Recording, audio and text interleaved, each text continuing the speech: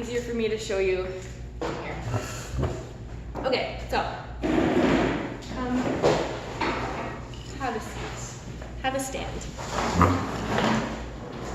Oh, sorry, yeah, my stuff's everywhere. All right, so I'm starting with a plate because it's a circle. I have other circles here if you want to borrow, or you can just rough it out, no big deal. Very small circle.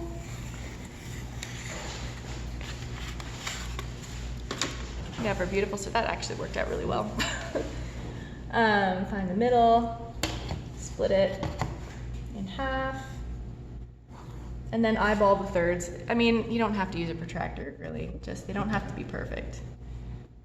Once you find your rough pie shape of thirds, just make sure you do your approximate dot in the middle. And then once you have the 2 points, it's easy to join them to make the pie. Pie! Now, what I did with the kids the other day too, once we did our primaries, they had a lot of fun trying to blend them in between, right? And finding an in-between color between them. I always like to put red at the top, blue, yellow.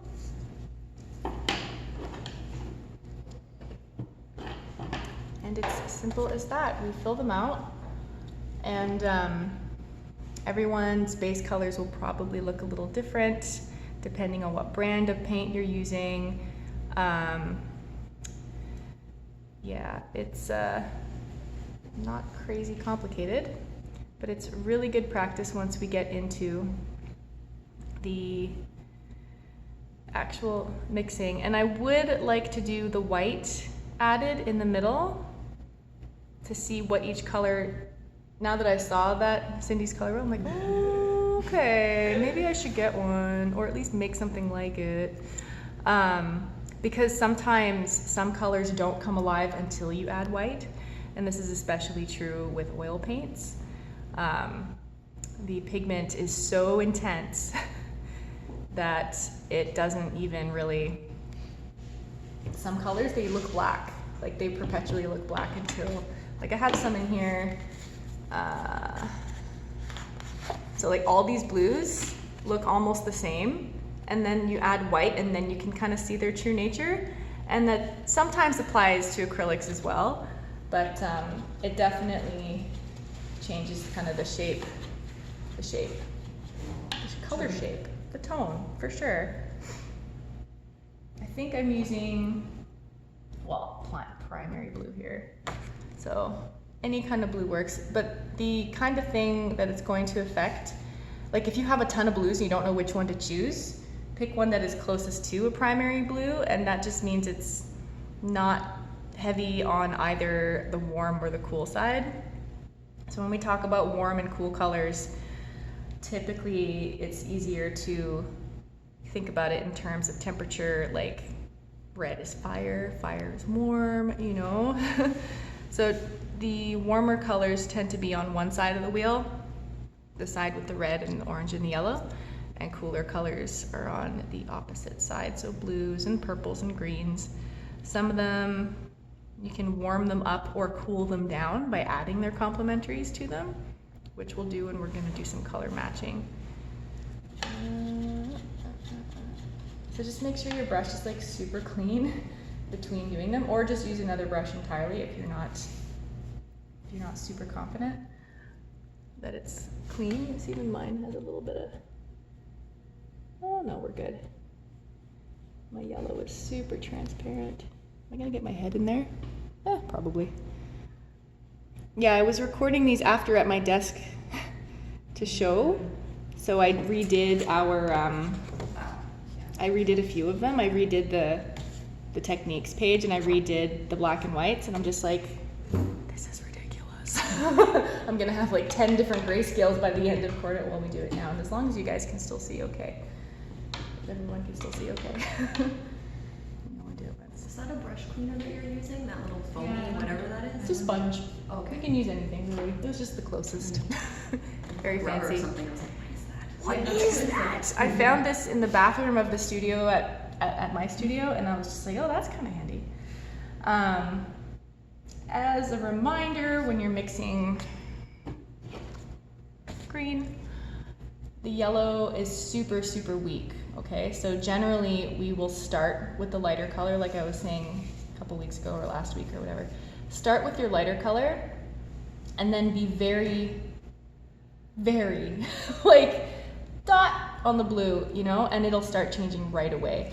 The green shows up so much faster than you think it would because yellow is a very, very clear, transparent color. And it's so much easier to add a little bit of blue than it is to go backwards and add more yellow, because then you'll end up with a big soupy palette that it's hard to go back, right? So you can keep adding yellow more and more to try to neutralize that ton of blue that you made, but the blue-green, just saying that, start with the lighter color first and slowly add the weaker one. So in this case, yellow is the weaker one. When you're doing red and blue, however, they're pretty evenly matched, so I'd say almost half-half. Okay, so you get this awesome green going. The kids were saying, it's a radioactive sign. Like, yeah, sorta. Rainbow, radioactive, it's all good. Okay. Got this really cool water bucket going on. Now, one thing about purple is it is so, like, orange is pretty easy to get, but with the purples you're gonna get, especially if you have like maybe a cadmium or like a really deep red and a really deep blue, you're going to get this purple that almost looks black. I barely have any space anymore. We're gonna use this. My palette is just overloaded if needed. So I'm using about half-half, but it's really dark, okay? And that's fine, it's gonna be dark, and that's why I was thinking maybe we'll do an add white ring on the inside, which I'll show in a second. When you had the gloves, and you said you're gonna clean it, so what do you do with your paint? You just, that's it, you're done with that paint, or?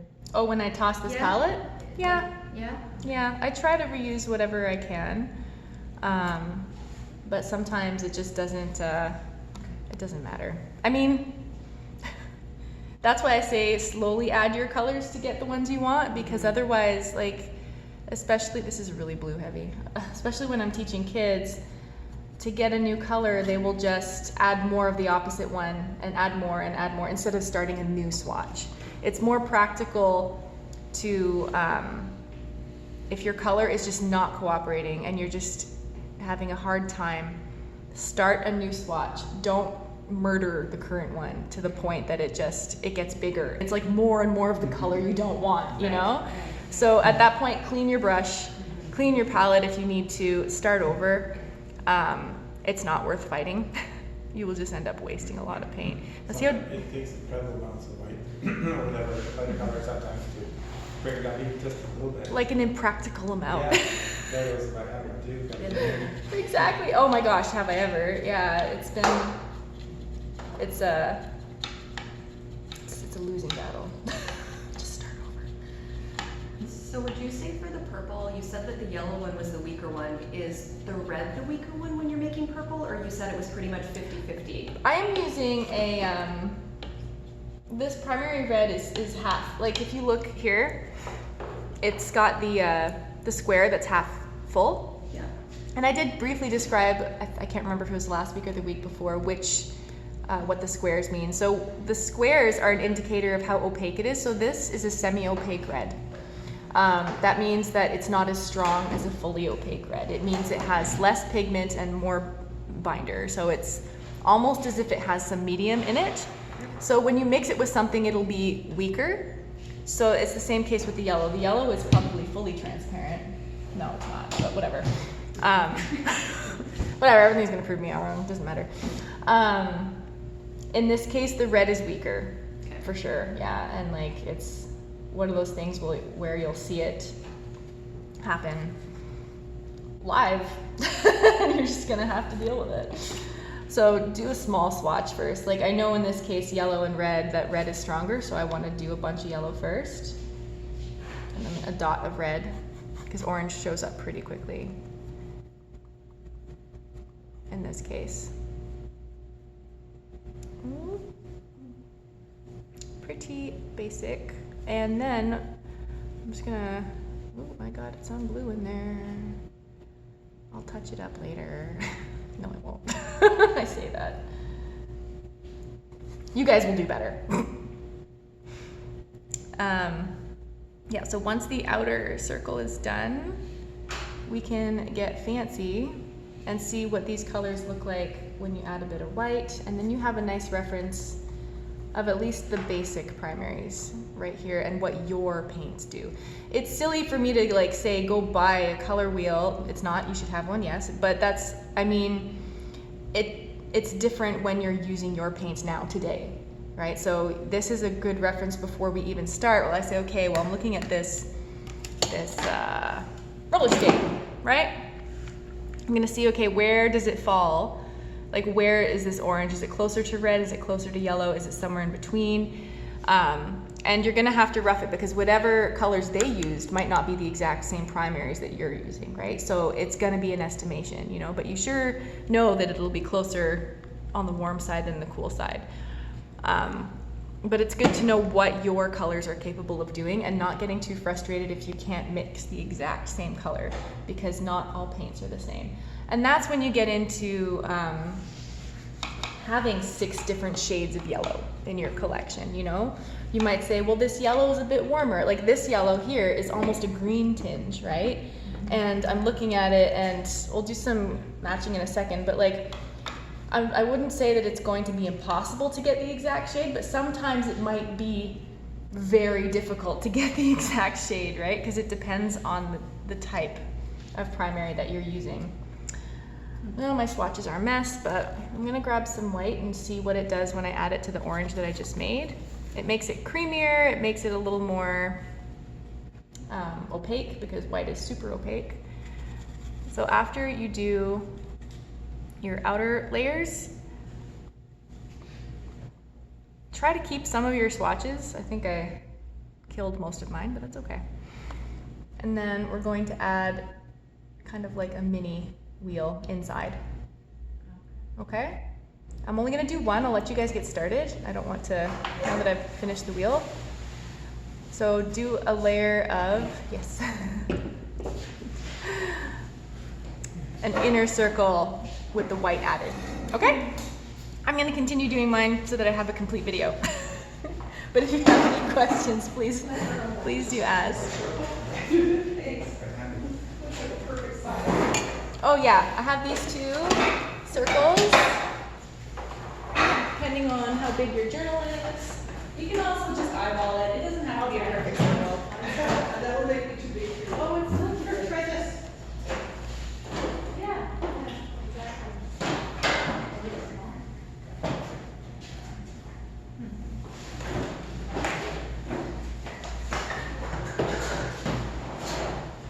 BTS.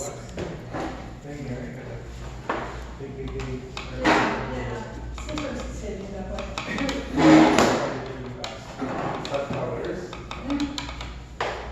Well, yeah, sometimes like when you're doing trees and you want like 20 different shades of green, or 4 different shades of green, then you just take a scoop off this and drop it in and add just a tiny bit of yellow to change it.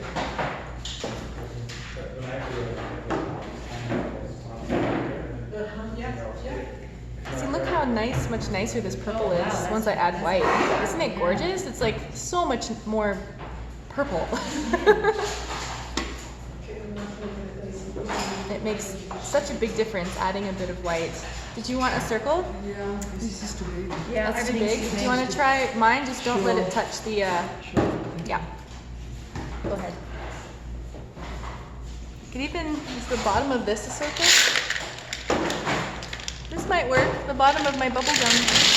It's my son's. He's obsessed with bubblegum machines. All right, so, oops, there we go. One thing that we didn't go over, that the video didn't catch at the end of the recording during class, was how after having a look at a student's color wheel, we determined that there was a section at the end of every color that said added with black. So similarly how I finished up here adding white to each of the colors that we mixed on the color wheel, we also went ahead and did a ring around the edge of the main color, but adding a little bit of black. Now, this is a practice that I'm not always super encouraging of because black paint, essentially, every company makes it slightly different. And to shade, you usually should not be just adding black to make a darker version of that color. It tends to make it a little bit dull, and it grays it out. Now, the tendency for people to want to use black when they shade something comes from just thinking, okay, well, if I add white to it, it makes it lighter. And if I add black to it, it makes it darker. So if there's a shadow, I should add black, right? Well, technically, depending on the piece, you should probably not ever use black to shade it, because black, depending on the company that made it, it might be more blue toned, it might be more red, it might be more gray. So it really changes the nature of the color. You're better off when you're using any color, you're better off shading it to make it darker or to make it less intense. You're better off using its complementary color. So here I'm using a bit of green mixed with the red, and see how it makes it a darker red, but it's a little richer. It's not as it's not as dull, it's not as gray. My palette is a bit sorry looking right now. It's because I was using it all day yesterday. But adding a little bit of the complementary color to whatever color you're using tends to make it darker and look a little bit more rich. In this case, if you wanted to make red darker, you would add green. So I'm going to add a bit of blue and a bit more yellow, and that tends to make a much more full dark red than if you would have just added black. Anyway, all that aside, I did want everyone to try out adding black to each color to kind of complete the color wheel. So this is what it ended up looking like at the end. The yellow plus black, orange, red, purple, and blue.